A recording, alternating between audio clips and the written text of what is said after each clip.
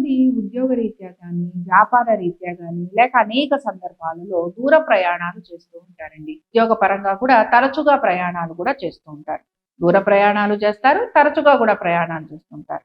అంటే కుటుంబ సభ్యులతోటి కొంచెం దూరంగా ఉండటం, వాళ్ళతోటి కలవలేకపోవటం, ఉద్యోగ రీత్యా, వ్యాపార రీత్యా కూడా కొంత ప్రయాణాలు అధికంగా ఉండటం వలన శారీరకంగా కూడా అలసిపోతూ ఉంటారు. ఇలాంటప్పుడు ఒక చిన్న పరిహారం చేశామనుకోండి, చాలా చక్కగా మీ పనులన్నీ కూడా పూర్తవుతాయి.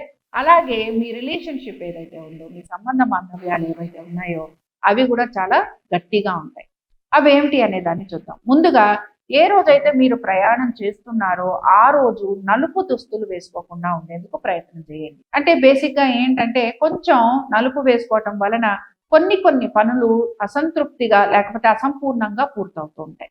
అందుకని కొంచెం నలుపుని అవాయిడ్ చేయండి. మిగతా రోజుల్లో కూడా మీరు వేసుకోవచ్చు. ఒకసారి మీరు మీ డెస్టినేషన్ ఏదైతే ఉందో, మీరు చేరాల్సిన గమ్యం ఏదైతే ఉందో, అది మీరు చేరిన తర్వాత మీకు ఇష్టం వచ్చిన దుస్తులు మీరు ధరించవచ్చు. రెండో విషయం ఏమిటి అనంటే, బయటికి వెళ్తున్నాము, ప్రయాణాలు చేస్తున్నాము, ముఖ్యమైన ప్రయాణాలు చేస్తున్నాము అనుకున్నప్పుడు మీరు ఆంజనేయ స్వామి వారి దర్శనం చేసుకోండి. స్వామివారి ఆలయానికి వెళ్ళి ఒక కొబ్బరికాయ కొట్టేసి, స్వామివారి చుట్టూరా 9 ప్రదక్షిణాలు చేసి, స్వామివారికి సాష్టాంగ నమస్కారం చేసి, మీరు స్వామివారి బొట్టు ఏదైతే ఉంటుందో, సింధూరం ఇస్తారు కదా, అది గనక మీరు ధరించి, మీరు గనక మీ ప్రయాణం చేస్తే తప్పకుండా మీరు అనుకుంటున్న ఇంపార్టెంట్ వర్క్ ఏదైతే ఉంటుందో అది మీకు ఫలిస్తుంది. ఇది మామూలుగా ఏంటంటే, మామూలుగా ఇంపార్టెంట్ వర్క్ ఉంది అని చెప్పి మనం ఇళ్ళ నుంచి ఆఫీసులకు వెళ్తూ ఉంటాం. అలాంటి వాళ్ళు కూడా చేయొచ్చు.